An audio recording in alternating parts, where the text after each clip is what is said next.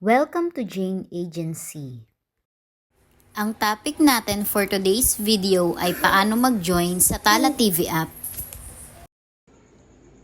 Sa mga gustong mag-join sa Tala TV app, madali lang po siya, simple lang yung gagawin niya.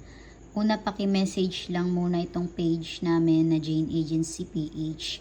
Pasabi lang po Tala TV app para ma-send yung link ng app.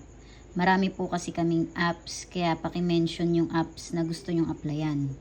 Reminder, free app lang po ito, wala po kayong babayaran kahit piso. Kayo pa mismo ang babayaran ng app. Follow these steps lang po, then after that, sasali ko kayo sa GC ng mga sumahod na. Step 1, gamitin link sa pag-download. Ayan po, pindutin nyo yung link. Tapos, pag napindot nyo yan, dito po kayo mapupunta. Ayan po yung itsura pagka-pindot nyo ng link. Step 2, pindutin sa baba, join now. Ayan po, pindutin nyo. Step 3, pag napindot nyo na yung join now, dito po kayo mapupunta. I-install sa Play Store or App Store. Parehas po siyang available sa Android users at saka sa iPhone users.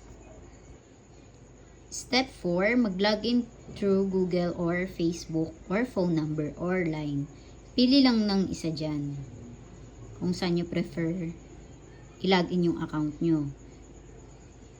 Take note lang na tandaan nyo lagi kung saan nyo nire-register yung mga account nyo sa apps para pag na-uninstall nyo po tapos gusto nyo install ulit, mare-recover nyo yung first account nyo. So kung Google po, tandaan nyo kung anong Google account yung pinang-login nyo, kung Facebook, kung line, or phone number.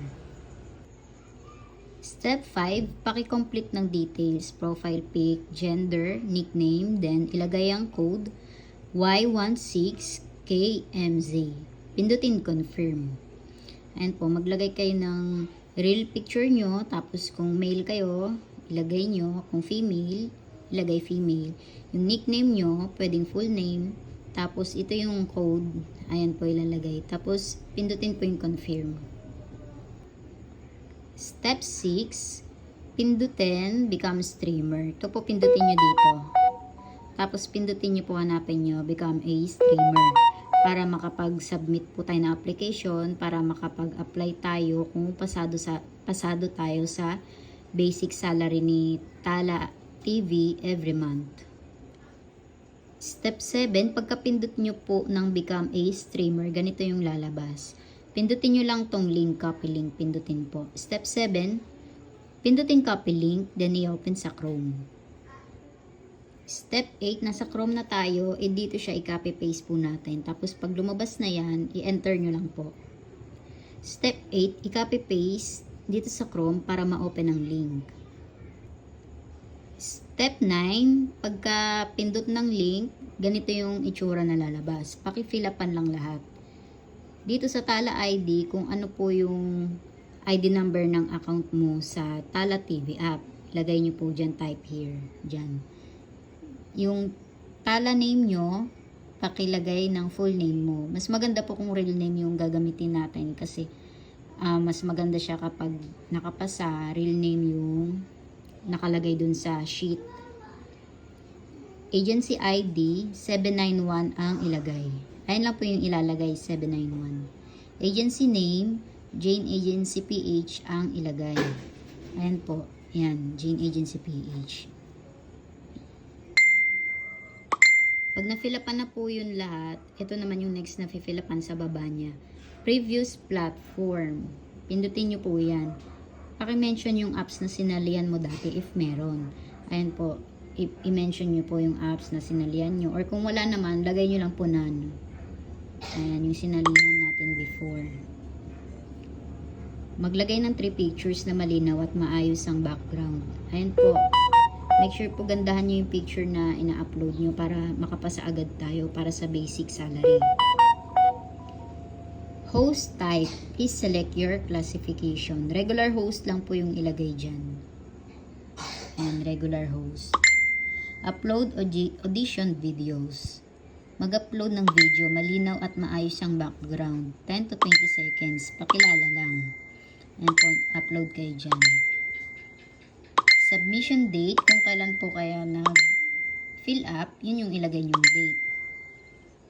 Then, pagtapos pong ma-fill up ang lahat, pindutin lang po itong submit.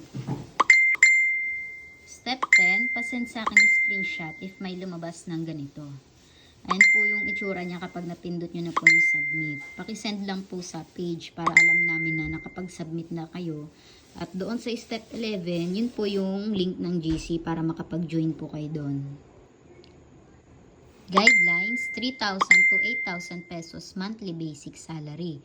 Kapag nakapasa po kayo, dyan magbe-base kung magkano yung per month nyo na sahod. Ayan. Kaya kung mag-upload kayo ng video nyo at saka picture, make sure yung pinakamagandang picture natin yung i-upload natin. Yung tingin nyo na maganda sa paningin nyo, ayun yung i-upload nyo para doon na tayo sa mataas na basic salary ilagay. 10 valid days, 20 hours per month, 2 hours per day, 120 minutes straight. Bali, pag nakapasa po kayo, sa loob ng isang buwan, dapat may 10 valid days. Yung 10 valid days, meron dapat kayong mapuno na 20 hours per month. Ang counted sa 10 valid days, 120 minutes per day. 2 hours per day yun.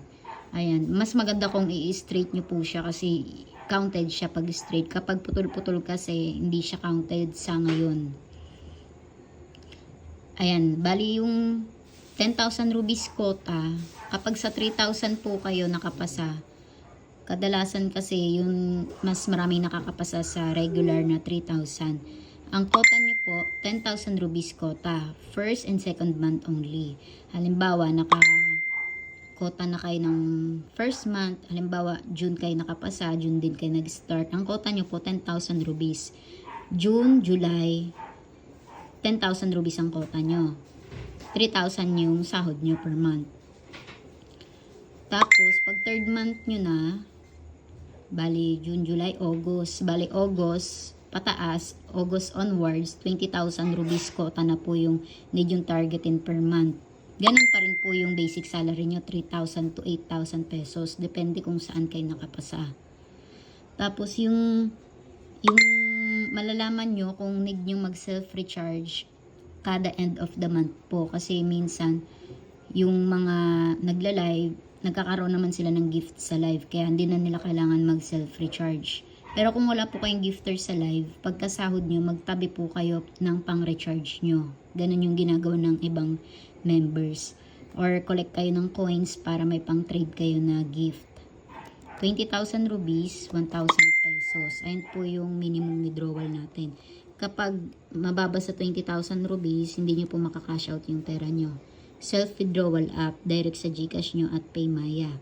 Every 5 to 10 of the month salary day of your basic pay. Direct sa Rubis mo, then ikaw na magwi-withdraw. Halimbawa po, ngayong June na quota nyo lahat, yung 10 valid days, yung 20 hours duration, ganun, tapos yung 10,000 rupees. July 5 to 10 ang process ng salary mo. Tapos, makikita mo yon kung nakasahod ka na kapag meron ka ng laman yung rubis mo, meron nang pumasok doon. Tapos, i-withdraw mo na siya. Yun na yung sahod nyo po. Rewards and rules details ng agency po namin. Welcome gift reward pag baguan ka po. Cash out gift reward kada sahod mo may reward gift.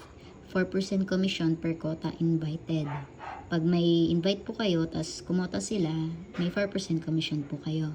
One time per week orientation training. Active GC Messenger. Orientation training schedule. Every Wednesday po, take note, mag-antay lang po ng announcement sa GC if sinong admin at saang ID room magjo-join. Ito po yung mga tips natin sa live. Batiin mga pumapasok sa live. Maging friendly. Huwag iwanan live. Mag-end muna pag may gagawin. Bawal bata. Bawal madilim. May maayos na internet. Tapusin mga task bago mag 12 midnight.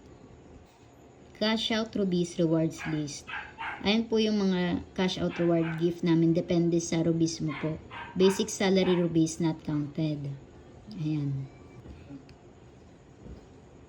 Ito naman po yung proof ng sahod ng mga members ng Jane Agency PH na legit talaga yung mga apps na pinopromote namin. Ayan po, pang third sahod na ng agency.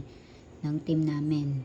Ayan, sumahod na siya 3,000. Bali yung ni-recharge nyo po na pinangkota nyo sa account nyo, masasahod nyo rin yun. Hanapin sa FB itong page na Jane Agency PH at mag-message para masend yung link ng app. Take note, i-mention mo yung pangalan ng app na gusto mong applyan.